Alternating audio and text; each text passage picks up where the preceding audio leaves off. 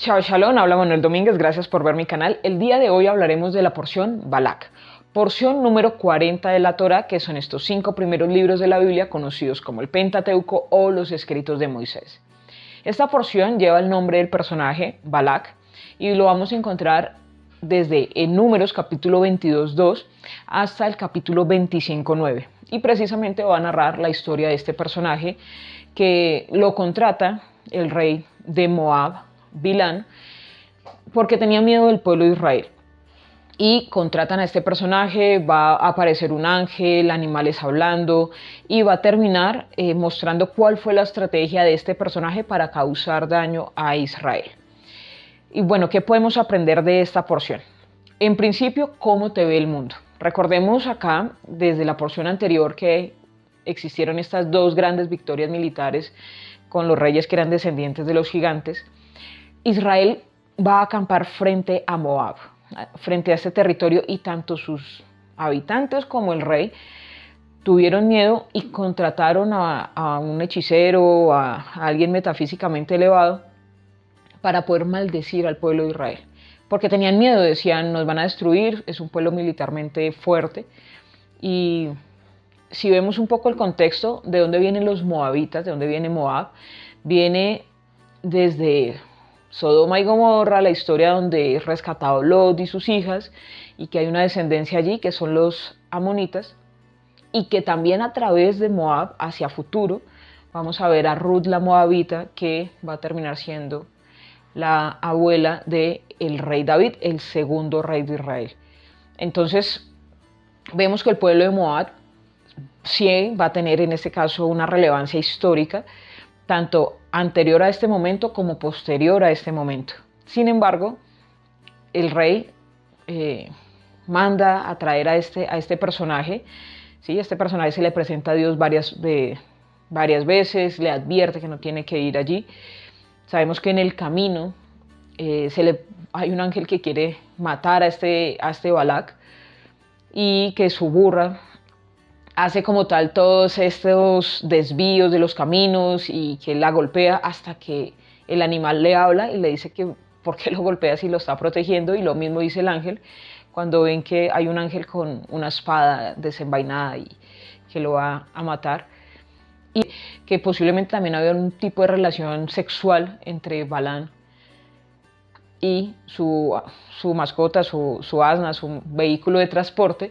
Y es curioso que durante la porción de Balak, también en Colombia, en una región al norte hacia el Caribe, una persona decide hacer una escultura, inaugurarla, diciendo que era el primer amor de su vida, y era un burro, un asno, una burra. Y es curioso, la Torá es muy auténtica, siempre está al día, y debemos estar pendientes de cómo van moviéndose las porciones para saber cómo va esta semana que la Parashá Balak pasa este suceso. Pero no solamente se queda allí, sino en cómo te ve el mundo. Y el mundo, sabemos que estuvo este mes del orgullo, que se acabó también esta semana. Y el mundo, a aquel que hablaba Torá, a aquel que hablaba sobre la Biblia, a aquel que hablaba sobre la moralidad, sobre la cordura normal de un ser humano, sobre la familia, era atacado, porque no era como el mundo lo veía.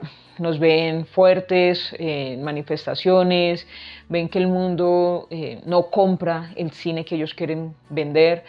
Sí, hay récord de taquilla para un tipo de películas moralmente aceptadas, y para las que son moralmente cuestionables hay derrotas en las taquillas de los cines. Entonces, acá, ¿qué podemos aprender de esto? Que el mundo nos ve fuertes, y al vernos fuertes nos tratan de atacar. Pero ¿qué podemos aprender aún más de esta porción? Que a nivel de Israel, los descendientes de la Torá, los descendientes que amamos al Dios de la Biblia, estamos por encima de todas las influencias astrales, estamos encima de cualquier tipo de rito o cosa que nos quieran realizar, que de hecho en la porción el tipo lo intenta hacer 2 veces, colocando 7 altares, haciendo sacrificios, pero siempre sale de su boca bendición para Israel. ¿Por qué? Porque el pueblo estaba santo, el pueblo estaba en un nivel de santidad. Recordemos que vienen del desierto con la nube, que ya habían construido el tabernáculo de reunión, que ya había pasado todas estas cosas que hemos hablado en estas 40 porciones. Y el pueblo estaba santo, victorioso, con el ánimo arriba. Pero el mundo lo vio como una amenaza y lo atacó de todas las formas posibles. Entonces depende de ti si el ataque lo recibes o no lo recibes, depende de tu estatura. Y es esto lo que debemos tener, la estatura de Israel. Que nada de lo que Dios ha bendecido puede ser maldecido. Ninguna maldición puede tocar a aquel que ha bendecido Dios. Y el pueblo de Israel es un pueblo bendecido por Dios. Y por eso este personaje, cuando hace su rito y trata de extraer energía metafísica para lanzar una maldición sobre el pueblo de Israel, no lo logra. Porque era un pueblo bendecido, y de hecho le dice eso al rey que lo contrató, y le dice: no podemos maldecir a un pueblo que ya ha sido bendecido por Dios. Y así queda la historia, queda como una historia de victoria.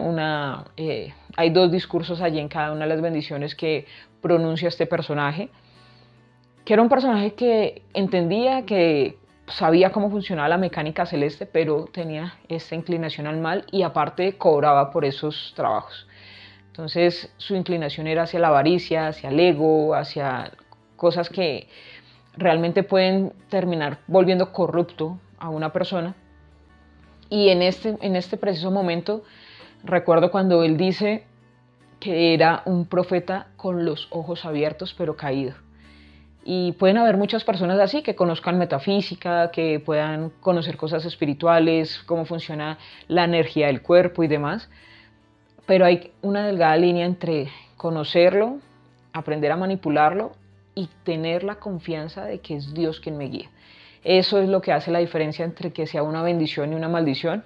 Recordemos que el árbol de la vida es vida para los que se aferran a ella, que la Torá es un árbol de vida para los que se aferran a ella, y que es como aguas que da a los árboles fruto y que sus hojas no caen, ¿sí? Como estos árboles junto a corrientes de agua que siempre están verdes y sus hojas no caen. Y eso es lo que hace la Torá, eso es lo que hace que sigamos las normas. No solamente es conocer la metafísica, no solamente es conocer la mecánica ni la energía del cuerpo, sino tener este control, tener esta conciencia de que el Eterno es quien tiene la potestad de hacer bendición o no a una persona. Y aquí termina muy triste la historia antes de empezar con la siguiente porción. Y es que este personaje dice: ok, no lo subimos maldecir, sin embargo te tengo una estrategia. ¿La estrategia cuál es? Ellos no los puedo maldecir porque son santos, están bendecidos por Dios, entonces hay que hacerlos pecar para que así bajen del nivel de Israel a un nivel donde se les pueda hacer daño, a un nivel inferior. Y aquí les invitan a participar de los sacrificios de sus dioses, por lo cual hay un castigo a los líderes de Israel, más sin embargo hay una mortandad, donde mueren 24.000 personas. Y estas 24.000 personas, la forma en cómo se detuvo esta mortandad fue porque Finés o Pinjas tomó una lanza y mató a las personas que estaban causando el daño dentro de la congregación, dentro del pueblo de Israel. Pero, ¿qué pasó con estas 24.000 personas que murieron allí? Vamos a ver que más adelante en la historia existió un rabino que se llamó Rabino Akiva, que en la pelea con Roma, también allí en las fortalezas de Masada, murieron por una peste 24.000 estudiantes de Rabbi Akiva. La corrección, la rectificación de estos 24.000 que ya habían muerto en esta porción de Balak, que nacieron, que fueron estudiantes de Torá y que fueron aquellos que hoy día sabemos que son los manuscritos del Mar Muerto, que es las cuevas de Qumran, que es estas fortalezas donde se resguardaron los tesoros que hoy podemos decir que nos da total fidelidad de los escritos antiguos. Y este Rabino Akiva se supone también, dicen algunos sabios, que es la reencarnación de este personaje con el que vamos a hablar la próxima semana. De hecho, la porción de la siguiente semana tiene el nombre de este personaje de Pinjas o de Finés.